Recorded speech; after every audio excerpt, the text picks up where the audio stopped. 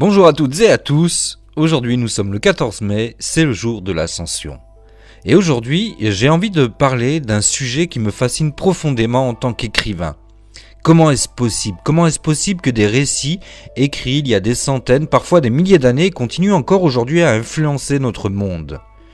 Comment de simples textes, parfois rédigés sur des parchemins fragiles, ont-ils réussi à traverser les guerres, les incendies, la chute des empires, les changements de langue et même l'effondrement des civilisations entières ? Et pourtant, ces histoires sont toujours là. Elles influencent encore nos cultures, nos religions, nos valeurs, nos films, nos livres, notre vision du bien et du mal, et même notre manière de comprendre la vie. Et c'est quelque chose d'absolument vertigineux quand on y pense. Parce qu'au fond, certaines histoires semblent plus résistantes que la pierre elle-même. Je suis Laurent Dins, l'auteur de la saga fantasy Gaiala, et j'avais envie de vous faire aujourd'hui ce petit podcast spécial. Bonne écoute à tous. Avant les bibliothèques, avant les imprimeries, et même avant les parchemins, il y avait la parole. Les premières histoires de l'humanité n'étaient pas écrites, elles étaient racontées autour d'un feu, dans des villages, dans des temples, dans des camps de voyageurs. Les anciens transmettaient les récits aux plus jeunes. Des histoires de création du monde, des récits de héros, des légendes et de monstres, des récits spirituels. Et pendant des milliers d'années, toute la mémoire humaine a fonctionné comme cela. L'histoire passait d'une voix à une autre. C'est presque incroyable d'imaginer qu'avant l'écriture, l'être humain avait déjà compris une chose essentielle. Un peuple sans récit finit par oublier qui il est. Et puis un jour, l'homme a commencé à écrire. D'abord sur la pierre, puis sur des tablettes d'argile, puis sur du papyrus, puis sur des parchemins. Et là, quelque chose d'immense s'est produit. Les histoires ne demandaient plus uniquement de la mémoire humaine. Elles pouvaient désormais survivre à leur auteur. C'est probablement l'une des plus grandes révolutions de toute l'histoire, parce qu'à partir de ce moment-là, les idées ont commencé à traverser les siècles. Des voix mortes depuis des milliers d'années pouvaient encore parler à des générations futures, et aujourd'hui encore, elles nous parlent. Mais alors une question se pose. Pourquoi certains textes disparaissent-ils complètement, tandis que d'autres deviennent presque immortels ? Eh bien la réponse se trouve peut-être dans une chose très simple. Les grands récits parlent de l'être humain. Ils parlent de la peur, de l'espoir, du sacrifice, de la mort, de l'amour, de la foi, du doute et de la quête du sens. Un homme vivant il y a 2000 ans ressentait déjà toutes ces émotions.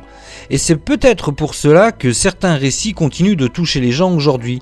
Parce qu'au fond, malgré toute notre technologie, l'être humain reste profondément le même.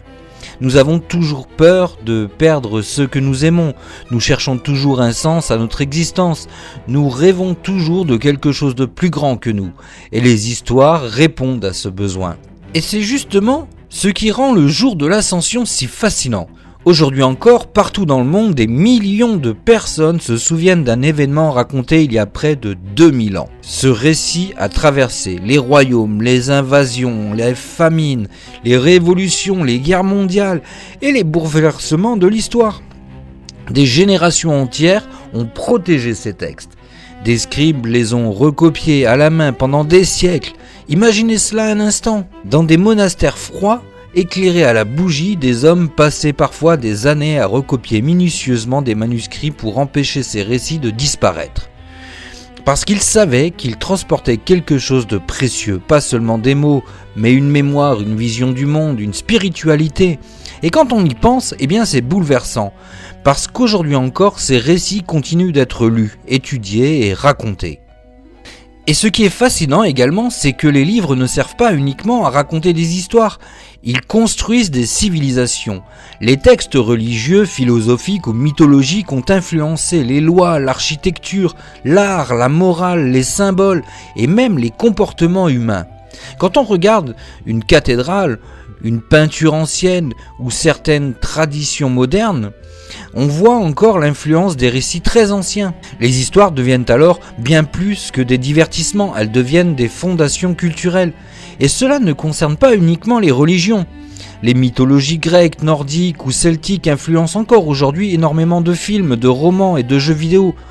Quand J.R.R. Tolkien écrit Le Seigneur des Anneaux, il puise déjà dans des récits anciens.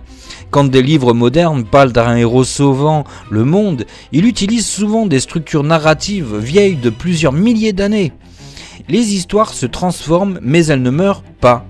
On pourrait croire que l'ère d'Internet, des réseaux sociaux et de l'intelligence artificielle, les vieux récits auraient perdu leur importance. Mais c'est presque l'inverse. Plus le monde devient rapide, plus les êtres humains semblent chercher des histoires fortes. Parce qu'un récit donne du sens. Il permet de transmettre des émotions, des idées, des valeurs d'une manière que la simple information ne peut pas faire. Une civilisation peut posséder des machines extraordinaires, mais sans récit collectif, elle finit souvent par se fragmenter. Les histoires créent des liens entre les générations. Elles rappellent d'où nous venons. Et parfois, elles nous aident aussi à imaginer où nous allons. Il y a quelque chose de presque poétique dans le fait qu'un simple parchemin puisse traverser les siècles. Le matériau est fragile, le feu peut le détruire, l'eau peut l'effacer, le temps peut le réduire en poussière, et pourtant, les idées qu'il contient peuvent devenir immortelles. C'est peut-être cela, le véritable pouvoir de l'écriture. Transformer une pensée humaine en quelque chose capable de survivre au temps. Quand un auteur écrit, il laisse une trace, une voix, une présence. Et parfois, des siècles plus tard, quelqu'un ouvre encore ce texte et entend cette voix résonner à nouveau. Finalement, ce qui traverse les siècles, ce ne sont pas seulement les livres, ce sont les émotions humaines qu'ils transportent. Les grandes histoires survivent parce qu'elles parlent de ce qui nous définit fondamentalement et profondément. La foi, l'amour, le courage, la peur, l'espérance. Et en ce jour de l'Ascension, je trouve fascinant de penser que certains récits continuent encore aujourd'hui d'unir des millions de personnes à travers le monde.